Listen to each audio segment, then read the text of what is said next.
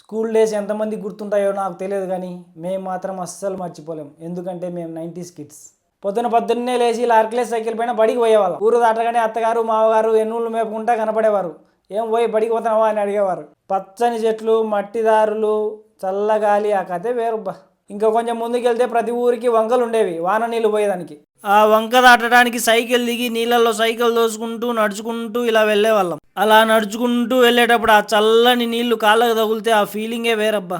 నిజంగా ఎక్స్పీరియన్స్ చేసిన వాళ్ళకే అందులో ఉండే మజా తెలుస్తుంది. స్కూల్ గురించి అయ్యేసరికి ఇలా ముందొచ్చిన ఫ్రెండ్స్ అంతా గ్రౌండ్లో ఆడుకుంటూ కనపడేవారు. టైం ఉంటే మేము కొద్దిసేపు ఆడుకునే వాళ్ళం, లేకపోతే హడావుడిగా ఇట్లా సైకిల్ పార్కింగ్లో పెట్టి వెళ్ళిపోవడమే లోపలికి. అలా వెళ్ళంగానే ఫస్ట్ బెల్ కొట్టేవాళ్ళు ప్రేయర్ చేయడం కోసం. అందరం వెళ్ళి వరుసలో నిలబడుకునే వాళ్ళం. మా ముందు పక్క మా సరౌండింగ్స్ అంతా టీచర్స్ నిలబడుకొని ఉండేవాళ్ళు. అప్పట్లో ప్రేయర్ అంటే ఫస్ట్ ప్రతిజ్ఞ చెప్పేవాళ్ళం, తర్వాత వందే మాత్రం, చివరిలో జనగణమన చెప్పి ముగించేవాళ్ళం.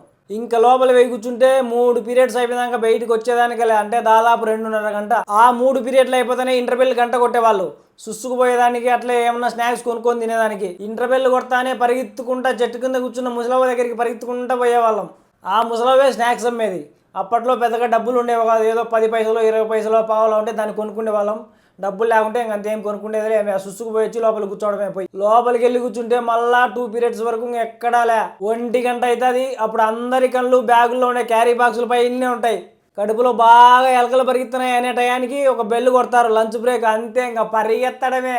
బాక్సులు ఎత్తుకొని పోయి చెట్టు కింద మట్టి నేలపైనే కూర్చొని తినేవాళ్ళం. అప్పట్లో ఈ టేబుల్స్, బెంచ్లు ఇవన్నీ లేవన్నమాట మాకు. చూడండి, ఇలా చెట్ల కింద గుంపులుగా కూర్చొని ఒకరు షేర్ చేసుకుంటా వ్యవహారం చేసుకుంటా ఎంత హ్యాపీగా తినేవాళ్ళమో లంచ్. ఇప్పట్లాగా నీళ్లు తాగేదానికి వాటర్ బాటిల్స్ ఉండవు. అప్పుడు చెట్టు కింద ఒక పెద్ద కుండ పెట్టి ఆ కుండ నిండాకు నీళ్లు పోసి ఆ కుండ పైన ఒక స్టీల్ గ్లాస్ పెట్టేవాళ్ళు. ఆ గ్లాస్ కూడా చైన్తో కట్టి ఆ చెట్టుకు ముడేసేవాళ్ళు అనమాట, ఆ గ్లాస్ ఎక్కడ పోకుండా. ఆ గ్లాస్తోనే అందరం హ్యాపీగా నీళ్ళు తాగేవాళ్ళం. లంచ్ తినేసి మళ్ళీ క్లాస్ రూమ్లోకి వెళ్ళి కూర్చుంటాం. మళ్ళీ 3 అవర్స్ బాగా నిద్ర వచ్చుంటుంది. అట్లే తూగుతా తుల్లుతా ఒక 3 గంటలు అయితే అయిపోయి కొడతాం. ఆ 3 గంటలు అయిపోతేనే ఇంకా లాస్ట్ బెల్ కొడతాడు చూడు, అబ్బా అప్పుడు వచ్చే ఆనందం అయితే మాటల్లో చెప్పేది కాదు. బెల్లు కొట్టంగానే బ్యాగులు వేసుకొని ఉరుకో. అలా సైకిల్స్ దగ్గరికి పోయి సైకిల్ తీసుకొని అందరికి బాగా చెప్పి ఇంక ఇంటికి మళ్ళీ దావ పట్టడమే.